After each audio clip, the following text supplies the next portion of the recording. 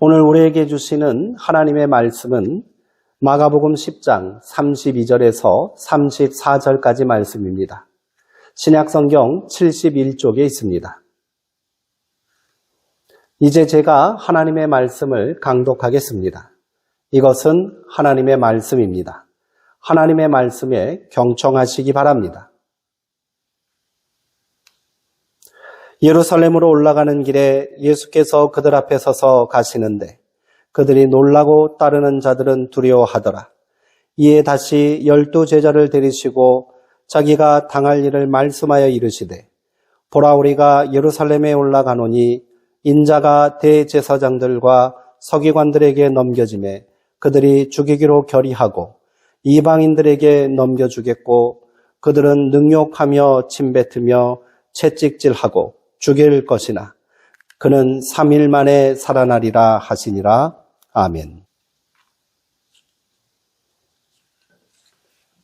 그대여 눈을 뜨라 라는 제목으로 하나님의 말씀을 함께 나누겠습니다. 예루살렘 여행기는 3년간의 갈릴리 사역을 모두 마치시고 마지막 최종 사역을 완수하기 위해 예루살렘으로 올라가시는 예수님과 제자들의 이야기를 담고 있습니다. 여기서 주인공은 예수님이 아니라 제자들입니다. 제자들이 과연 예수님의 최종 사역인 십자가를 온전히 이해하고 끝까지 예수의 길에 동참할 수 있는가가 주된 관심사입니다. 이 과정에서 가장 중심이 되는 메시지는 예수님께서 제자들에게 하신 3번의 순환 예고입니다. 자신의 십자가 죽음과 부활에 관하여 3번이나 말씀하셨다는 것은 예수님께서 얼마나 절박한 심정으로 제자들을 깨우치려 하셨는지를 잘 보여줍니다. 1번 또 2번 말씀하실 때에는 이를 오해하고 결단하지 못했다 하더라도 3번째 말씀하실 때는 제대로 깨달아야 하지 않겠습니까? 최소한 고민이라도 하고 예수님께 질문이라도 해야 합니다. 그런데 제자들은 마지막 3번째 순환 예고에도 도무지 깨달음이 없어 보입니다. 눈이 있어도 제대로 보지 못하는 맹인들처럼 보입니다. 예루살렘을 목전에 두고 예수님은 제자들에게 마지막 3번째 순환 예고를 하셨습니다. 예루살렘에서 어떤 일이 벌어지고 당신이 어떻게 죽으실지를 재차 말씀하신 것입니다. 그리고 죽음 이후에 3일 만에 다시 살아나실 것을 분명하게 증언하셨습니다. 그런데 마지막 3번째 순환 예고에도 제자들은 아무런 깨달음이나 감동이 없습니다. 앞선 2번의 순환 예고 후에 제자들이 했던 행동 그대로 무지와 세속적인 욕망에만 사로잡혀 행동합니다. 예수님께서 마지막 순환 예고를 마치시고 홀로 계실 때 다른 제자들의 눈을 피해 야고보와 요한 형제가 예수님을 찾아왔습니다. 그리고 형제는 예수님께 주여 주님께서 예루살렘에 올라가셔서 영광과 권세를 잡게 되시면 우리 형제를 하나는 우편에 하나는 좌편에 세워 주십시오. 이렇게 은밀한 청탁을 합니다.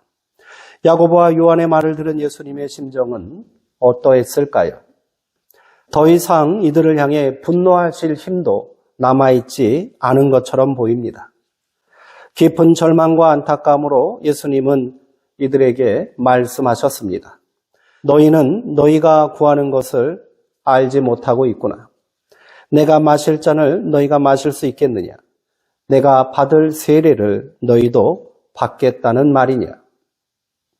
예수님께서 말씀하신 잔과 세례는 십자가의 죽음을 의미합니다. 야고보와 요한은 예수님의 말씀이 무슨 의미인지도 모르고 우리가 할 수 있습니다 라고 자신 있게 말합니다. 그리 오래지 않아 야고보와 요한 형제는 자신들이 말한 그 자리에 극악무도한 강도들이 예수님과 함께 좌우편에 달려있는 모습을 보게 될 것입니다.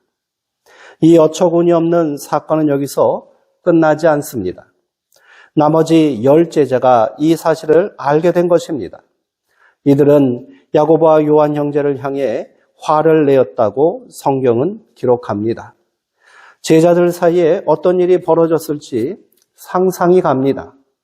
그 참담한 현장을 바라보고 계셨던 예수님은 무너지는 심정을 애써 부여잡고 말씀하십니다. 인자가 온 것은 섬김을 받으려 함이 아니다. 도리어 섬기려고 이 땅에 왔고 자기 목숨을 많은 사람들의 대속물로 주려 함이니라. 제자들은 예루살렘에 죽으러 올라가신다는 예수님이 낯설기만 합니다. 자기들이 믿고 따르는 예수님이 아니라는 것입니다. 자기들에게 영광의 자리를 나눠주고 성공을 보장해 줘야 할 예수님은 그렇게 허무하게 목숨을 버려서는 안 된다고 믿고 있습니다. 예수를 나의 성공의 도구로 생각하고 세속적인 욕망을 충족시켜 주실 분으로 생각한다면 그 믿음은 실패한 믿음이요 위험한 믿음이 됩니다. 그런 의미에서 제자들은 실패자들입니다. 자신들이 자랑하는 것처럼 모든 것을 버리고 3년간 예수님을 따라다녔던 제자의 삶 전부를 스스로 부정하고 만 것입니다. 예수님의 가르침이 부족했기 때문일까요? 제자들을 향한 애정과 열심이 모자랐기 때문일까요? 그렇지 않습니다. 예수님은 인간의 한계와 열심을 뛰어넘는 노력으로 제자들을 가르치시고 또 가르치셨습니다. 그리고 깊은 애정과 기대가 있기에 예루살렘으로 향하는 마지막 여행길에 3번이나 자신이 당할 십자가 순환과 부활에 대하여 말씀해 주셨던 것입니다. 그런데 왜 제자들은 깨닫지 못한 것일까요? 인간의 욕망과 성공을 향한 집착이 그만큼 크고 무서운 것이기 때문입니다. 믿음은 결단을 요구합니다. 예수를 따르느냐, 세상을 따르느냐의 문제입니다. 타협은 있을 수 없습니다. 양다리는 더더욱 불가합니다. 믿음은 그렇게 우리에게 결단과 선택을 요구하고 있습니다. 그리고 그 선택의 끝이 무엇인지를 예수님은 우리에게 분명하게 보여주고 계십니다. 십자가의 고난이 끝이 아님을, 그 길이 고통과 죽음만이 아님을 영원한 생명과 승리의 부활로 증언해 주셨습니다. 십자가 고난이 없이는 부활의 영광도 없습니다. 우리가 최종적으로 도달해야 할 믿음의 길은 바로 부활의 영광, 영원한 생명의 승리가 아닙니까? 이를 위해 우리는 그 길이 비록 고난의 길인 줄 알면서도 세상이 아닌 예수의 길을 따라가야 할 것입니다. 3번의 순환예고 후에 드디어 예수님과 제자들은 여리고에 도착했습니다. 여리고는 예루살렘으로 올라가는 마지막 관문입니다. 이제 저 멀리 예루살렘 성이 보입니다. 예루살렘 여행기는 이 마지막 관문에서 의미 있는 사건 하나를 전하고 마무리됩니다. 그 사건이 바로 여리고 맹인 바디메오의 이야기입니다. 성경은 바디메오가 길에서 구걸하는 거지였고 앞을 보지 못하는 맹인이라고 증언하고 있습니다. 예루살렘으로 향하는 거룩한 순례자들에게 자비를 구걸하며 살던 불쌍한 사람입니다. 그런데 마가는 이 맹인 거지에게 우리의 시선을 집중하게 만듭니다. 그는 세상의 밑바닥 인생이 아니었습니다. 비록 선천적인 장애로 인해 구걸로 삶을 연명했던 자였으나 영혼의 눈은 그 누구보다도 맑게 빛나고 있었던 것입니다. 육신의 눈으로 볼 수 없다면 귀를 열고 들어야 합니다. 그는 멀리서 예수님이 오고 계신다는 말을 들었을 것입니다. 그 순간 그의 영혼의 눈이 예수를 똑똑하게 바라보게 합니다. 바디메오는 자리를 박차고 예수님을 향해 소리를 지르며 달려갔습니다. 다윗의 자손 예수여, 나를 불쌍히 여기소서. 그는 예수가 누군지 분명히 알고 있었습니다. 보아서 아는 것이 아닙니다. 믿음이 있기에 아는 것입니다. 약속하신 하나님의 아들, 위대한 다윗의 자손 메시아 예수를 만나기만 한다면 눈을 뜰 수 있다는 믿음을 가졌기에 외칠 수 있었던 것이지요. 그래서 주변에 많은 사람들이 잠잠하라고 꾸짖어도 그는 아랑곳하지 않았습니다. 오히려 더 큰 소리로 다윗의 자손 예수여 나를 불쌍히 여기소서 소리 지르고 또 소리 질렀습니다. 그의 믿음이 예수의 발걸음을 멈춰 세웠습니다. 예수님은 바디메오를 불러오라 말씀하시고 그에게 물으셨습니다. 내가 너에게 무엇을 해주기를 원하느냐? 바디메오는 주저함 없이 말합니다. 선생님, 내가 보기를 원합니다. 그는 예수님이 자기의 눈을 뜨게 해줄 수 있는 분임을 믿어 의심치 않았습니다. 이에 예수님은 그의 믿음에 응답하셨습니다. 가라, 내 믿음이 너를 구원하였느니라. 아멘. 바디메오는 그 자리에서 눈을 뜨고 볼 수 있게 되었습니다. 그리고 이 이야기의 결론에 주목하시기 바랍니다. 그가 곧 보게 되어 예수를 길에서 따르니라. 성경은 이렇게 우리에게 증언하고 있습니다. 예루살렘 여행기는 이렇게 끝이 납니다. 제자들의 무지와 욕망으로 인해 실패로 끝날 줄 알았던 여행의 마지막 순간 극적인 반전이 일어난 것 아닙니까? 제자들 중 아무도 믿음의 눈을 뜨지 못했는데 여리고에서 우연히 만난 거지맹인 바디메오는 눈을 뜨고 예수의 길에 동참하였습니다. 그렇게 바디메오는 여리고에서 예수의 마지막 제자가 되는 영광을 차지하게 되었습니다. 구걸하던 거지요 불쌍한 맹인이었던 한 사람으로 인해 새로운 희망의 길이 열린 것 아닙니까? 우리는 이후 바디메오가 어떤 삶을 살았는지 알 수 없습니다. 그러나 성경에 그 이름이 분명하게 기록된 이유는 그가 이후 초대교회에서 중요한 역할을 감당했고 위대한 믿음의 사람으로 기억되었다는 사실을 짐작해야 합니다. 예루살렘 여행기에서 가장 중요한 메시지는 눈먼 장님과도 같은 제자들과 대비되는 바디메오의 믿음인 겁니다. 마가는 이를 통해 분명한 메시지를 우리에게 전하고 있습니다. 그대들이여 이제 믿음의 눈을 뜨라라고 말입니다. 여기서 우리가 예루살렘 여행기 전체를 다시 한번 살펴볼 필요가 있겠습니다. 사실 예루살렘 여행기는 소경이 눈뜨는 이야기에서 시작하여 눈뜨는 이야기로 마무리되고 있다는 사실을 알 수 있습니다. 여행기를 거슬러 올라가 마가복음 8장을 다시 주목해 보면 빌립보 가이사랴에서 시작된 예루살렘 여행기 이전에 예수님께서 이미 벳세다에서 맹인을 치유하셨다는 사건을 기록하고 있음을 발견할 수 있습니다. 벳세다 맹인 치유 사건이 그것입니다. 예루살렘으로의 마지막 여행을 시작하기 바로 직전 예수님은 벳세다에서 맹인을 치유해 주셨습니다. 그런데 이 치유 장면은 이전에 예수님의 치유 장면과 많이 다르다는 사실이 고개를 갸웃거리게 만듭니다. 예수님은 말씀만으로 병자들을 치유해 주셨습니다. 그러나 벳세다 맹인을 치유하는 자리에서는 예수님이 마치 주술사처럼 비밀스럽게 행동하신다는 사실을 발견하게 됩니다. 사람들이 데려온 맹인을 예수님은 따로 마을 밖으로 데리고 나가셨습니다. 그리고 그의 눈에 침을 뱉고 안수하시며 무엇이 보이느냐라고 물으셨습니다. 맹인은 사람들이 보이는 것 같으나 마치 나무들이 걸어가는 것처럼 보입니다 라고 말합니다. 예수님의 치유 행위가 실패한 것입니다. 예수님은 다시 한번 맹인의 눈을 안수하십니다.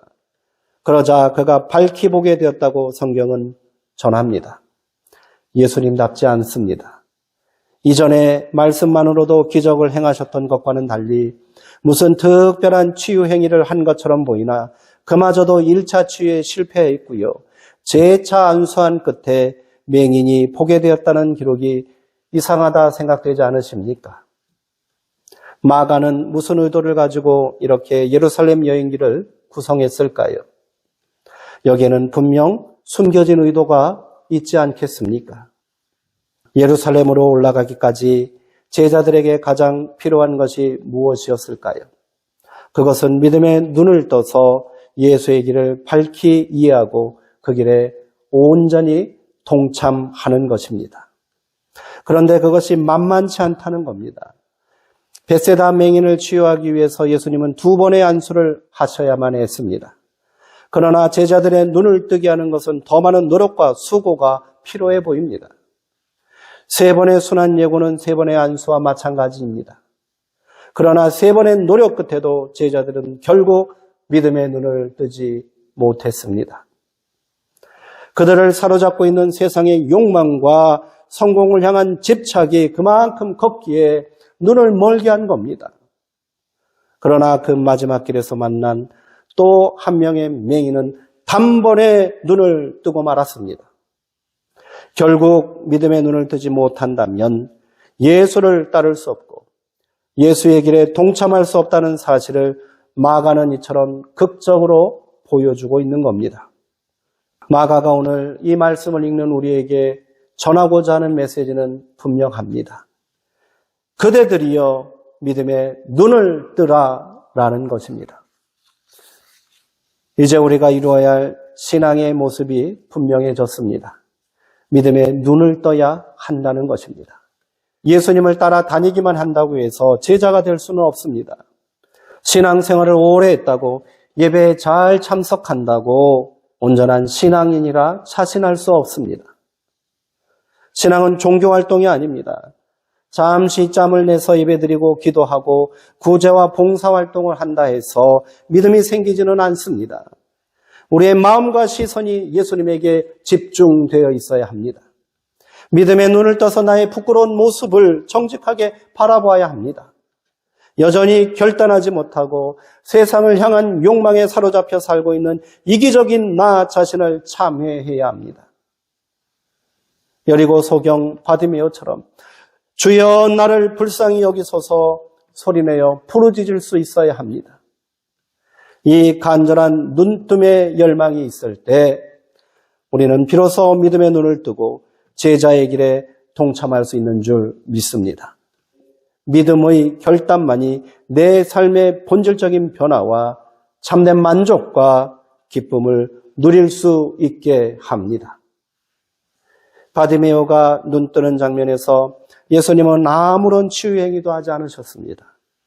예수님은 너의 믿음이 너를 구원하였다라고 선포하셨고요. 축복하셨을 뿐입니다. 우리의 믿음은 이처럼 축복과 기적의 능력이 된다는 사실을 기억하시기 바랍니다. 그렇게 우리도 믿음의 눈을 떠서 구원과 축복의 역사를 경험하게 되기를 소망합니다. 그리고 이것이 끝이 아니라 새로운 시작임을 또한 기억합시다.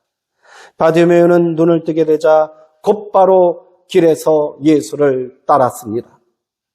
믿음은 우리에게 계속해서 예수의 길을 따르도록 요청합니다. 이 믿음을 위해 우리는 한 가지 결단을 해야겠습니다. 그것은 버리는 것입니다. 예수님의 부름을 받자 바디메오는 겉옷을 벗어던지고 자리에서 일어나 예수님께 달려갔습니다. 그에게 겉옷은 그가 가진 전부입니다. 남들 눈에는 허름하고 남루한 누더기같이 보여도 그에게는 최소한의 자존심이요 매섭고 고단한 삶을 견디게 하는 위로와 소망입니다. 그에게 겉옷은 부자들의 크고 안락한 집과 같습니다. 포근한 이불입니다. 화려한 비단옷입니다. 그런데 바디메오는 예수님의 부름에 악착같이 걸치고 있던 겉옷을 벗어 던져버렸습니다. 예루살렘 여행 중에 예수님을 찾아온 부자 청년도 결국 하지 못한 결단이 아닙니까? 오늘 내가 마지막까지 집착하고 붙잡고 있는 것이 무엇인지 곰곰이 돌아봅시다. 그것 때문에 우리는 믿음의 길에서 머뭇머뭇거리고 주저하고 근심하고 있는지도 모르겠습니다. 그것이 물질의 욕망일 수도 있고요. 세속적인 성공을 향한 집착일 수도 있습니다. 부끄럽게도 아직까지 버리지 못하고 있는 옛 습관일 수도 있습니다. 믿음은 여전히 우리에게 새로운 결단과 변화를 요구하고 있습니다. 지금 가지고 있는 것 다 가지고 지금 모습 그대로는 아무것도 이룰 수 없을지 모릅니다. 아직까지 이런 믿음이 나에게는 먼 것이라고만 생각하지 않기를 바랍니다. 모자라고 부족하면 부르짖어야 합니다. 주여 나를 불쌍히 여기소서. 주여 나도 믿음의 눈을 떠서 예수를 바라보기를 원합니다. 나의 믿음 없음을 도와주옵소서. 소리질러 간절히 기도하고 또 기도해야 합니다. 우리의 간절한 호소에 주님께서 기쁘게 응답해 주실 줄 믿습니다. 사랑하는 아들아, 사랑하는 딸아, 내 믿음이 너를 구원하였느니라. 아멘. 기도하겠습니다. 사랑과 은혜의 하나님, 연약하고 부족한 인생들을 위하여 예수 그리스도를 보내주시고 그의 십자가 죽음을 통하여 우리로 죄사함 받고 하나님 자녀되는 권세를 누리게 하시니 감사합니다.